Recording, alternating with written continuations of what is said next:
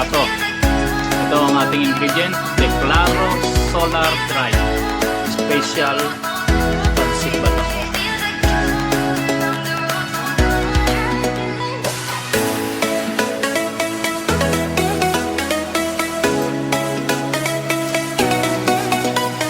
Yan.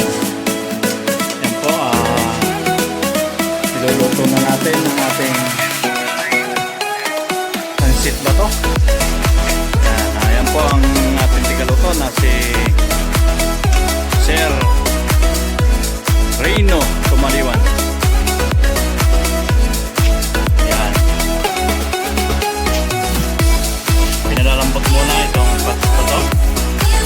Tapos habang niluluto yan, hinahalo para hindi maging malata. Paano ba pagluluto niyan, Sir Tumaliwan? Kailangan sakto lang sa tubig, hindi rin siya malata. Yan. Hindi sobrang maglulubaw yung style. Tapos meron consistent. Siya yung taga-tikim. Taga-tikim, pero mas malaki yung tikim. Yan, yan yung... Kailangan ng apoy para Ano kailangan, Sir? apoy. Apoy. Para? Okay. Ito. Yan, baka may gusto ko rin sabihin, Sir Yole.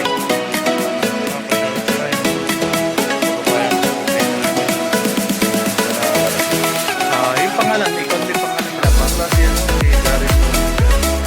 Ito lang yung page ko, Miole. Page. Yung siniator mo sa probinsya, yung pangalan sa ito parang... Sabi ko na inaray ko na si ID Miole. Okay, balik tayo sa probinsya. Yan. Nilagay na yung mga sangkap. Ito na yung regado na pinaka-special na pansit bato.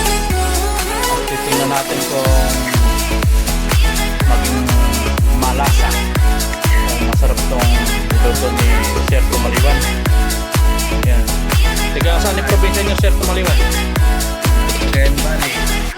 Masasarap daw magluto basta't mga tiga Cagayan. Mga Ilocano. Yan, masasarap magluto yan mga Ilocano. Kaya yan ang mga favorite ko nila. Kumbaga sa specialty pansit bato ng tiga Cagayan. Yan po mga guys, hintayin lang natin ito maluto. Titikman natin yung pagluluto niya. Tikman natin yung kanyang niluto. Kung papasaba at mabubusog kami. Yan lang po. Good luck sa atin lahat. Magandang umaga. Enjoy life. Enjoy lang. Sabi nga, God first before anything.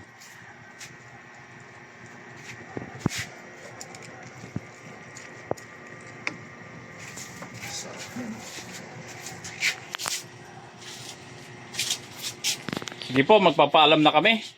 Ang inyong lingkod, si Romel Ignacio TV Vlog. Huwag niyo pong kalimutan i-subscribe, i-like, at pakipindot na rin yung notification bell para lagi kayong update sa aking mga video.